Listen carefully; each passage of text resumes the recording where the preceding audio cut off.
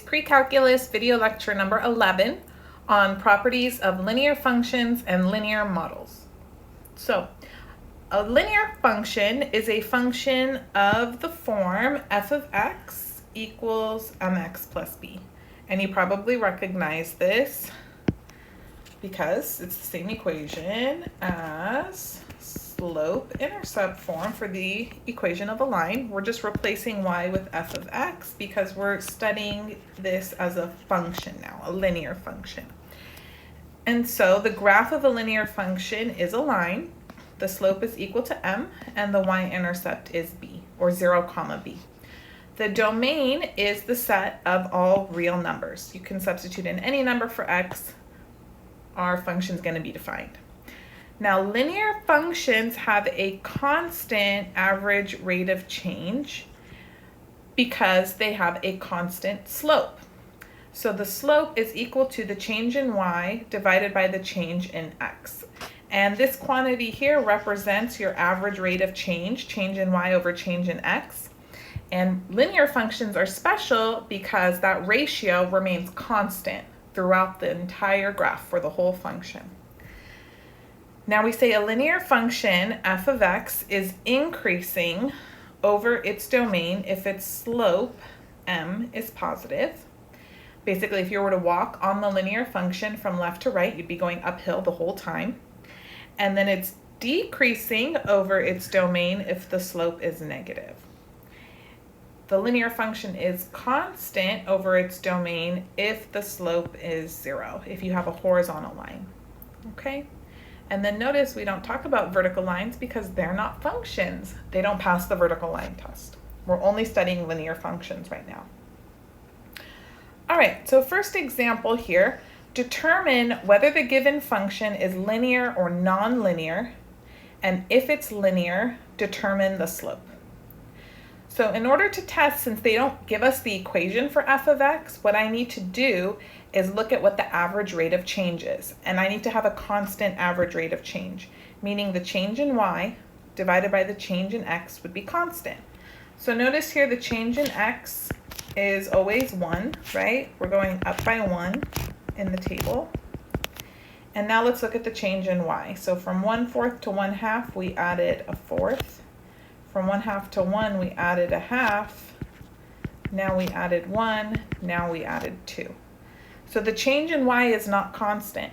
The change in x is constant here on the table, but not the change in y that corresponds with it. So no, this is not a linear function. What about example B? So again, the change in x is constant. We're just adding 1. So change in x is 1. Now what about the change in y? So from -4 to 0, we added 4. Same here. 4 to 8 you add 4, 8 to 12 you add 4. So it looks like the change in y is equal to 4 for all the values that we were given. All right, so this given function looks like it's linear. So we're going to say yes. And now we need to find the slope. Well, remember the slope is the change in y over the change in x. And we found the change in y to be 4. Change in x is 1. So the slope is 4. All right. That's equivalent to taking two ordered pairs like -2, -4, right? They go together. And then another two ordered pairs like -1, 0. And then you could still use m is y2 minus y1 over x2 minus x1. But I didn't do it that way because we already looked at the change in x and the change in y from the table to decide whether it was linear or not to begin with. So it was just easier to do it that way and find the slope. But you could still do it the way maybe you're used to from before. All right, moving on. For the following linear function, so now we know for sure we're working with a linear function, we're going to determine what the slope and y-intercept are, and then use the slope and y-intercept to graph, determine the average rate of change of the function, and then determine whether it's increasing, decreasing, or constant. So here's our linear function, h of x equals -x plus 6. All right, so let's get started. first thing we need to state is the slope and y-intercept. So slope, that's the coefficient on x. So the slope is -1. And the y-intercept is 6, but remember, always write it as an ordered pair, so 0, 6. Very good. Now we're going to use the slope and y-intercept to graph the linear function. So the y-intercept is at 0, 6. Let's label our axes. Here's x, here's y. I'm going to go up 6 on the y-axis, so 1, 2, 3, 4, 5, 6. And then the slope is -1, so I could go down 1, 1 to the right, or I'm going to be really slick and go down 6 and then go 6 to the right. 1, 2, 3, 4, 5, 6. That way my line will look a little bit nicer.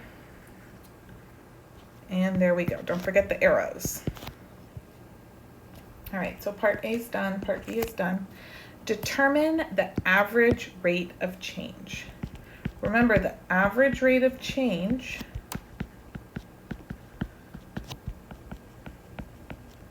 is equal to change in y over change in x. And for a linear function, that's just equal to the slope, which we already have. It's -1. Okay, not bad. And then last, determine whether the linear function is increasing, decreasing, or constant. So you just have to look at the slope. Since the slope is -1, which is less than 0, that means it's decreasing. And you can just imagine if you were to walk on this graph from left to right, so you always go in that direction, you're going downhill, so it's decreasing. Beautiful. All right, next example, a little something different. So suppose f of x is equal to 3x plus 5 and g of x equals -2x plus 15. So part A asks us to solve f of x is equal to 0. So they're telling me to set the function, in this case 3x plus 5 equal to 0, and solve. So if I solve, that means 3x is equal to -5, or x equals -5/3. All right, not bad. Now solve f of x is less than 0. All right, so I'm going to take the function 3x plus 5, set it strictly less than 0. That means 3x would be less than -5. So x would be less than -5/3. All right, you could leave it like that, or in interval notation, if x is less than -5/3, that would be the interval from -infinity until -5/3, and then put parentheses since we're not including -5/3. Other option, if you write it in set builder, you'd say x such that x is less than -5/3. Okay, last one, solve f of x is greater than or equal to g of x. So we're going to set 3x plus 5 greater than or equal to g of x. What was g of x? It was right here, -2x plus 15. So let's get all the variables together. I'm going to add 2x over to the other side. Let's subtract 5 while we're at it. Dividing by 5 now, I get x is greater than or equal to 2. Okay, in interval notation, x greater than or equal to 2, you would include 2 this time, so I'm going to put a bracket up until positive infinity. Always parentheses on infinity, always, always. Okay, if you want to write that in set builder, then you would say x such that x is greater than or equal to 2. Lovely. All right, and now we're going to graph them. So we're going to graph y equals f of x and y equals g of x on the same coordinate axes, okay? And then label the point that represents the solution to the equation f of x equals g of x, where they equal each other. Okay, so let's go ahead and get started. I'm going to write down the functions first. So f of x is equal to 3x plus 5. So that means the slope is 3. And the y-intercept is 0, 5. So I'll plot that start at the y-intercept, 1, 2, 3, 4, 5, and then you can go up 3 over 1, up 3 over 1, so on and so forth. So there's f of x. And then g of x's equation was negative 2x plus 15. Ooh, I can't fit 15 on there. Anyways, let's just use something else. I know the slope is negative 2, so I can plug in a different point if I want. Say I plug in 3, so g of 3 is going to be negative 2 times 3 plus 15. That's 6 plus 15, which is 9. So I have 1, 2, 3, 1, 2, 3, 4, 5, 6, 7, 8, 9 right here. And then the slope is negative 2. So from there I can go down 2, 1 to the right, or I could go up 2, 1 to the left. That's enough. So there's g of x. And there is f of x right there. Now they're asking us to label the point that represents the solution to the equation f of x equals g of x. So the solution to the equation is going to be where those two graphs meet or intersect. Can you see where that happens? It's right here. And we need to label it. Now it looks like it's at 2, 11. But if you have to actually report an answer, you want to solve it algebraically just to be sure in your heart of hearts. So let's confirm.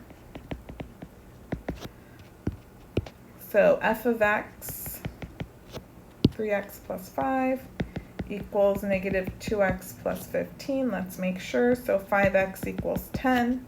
That means x equals 2.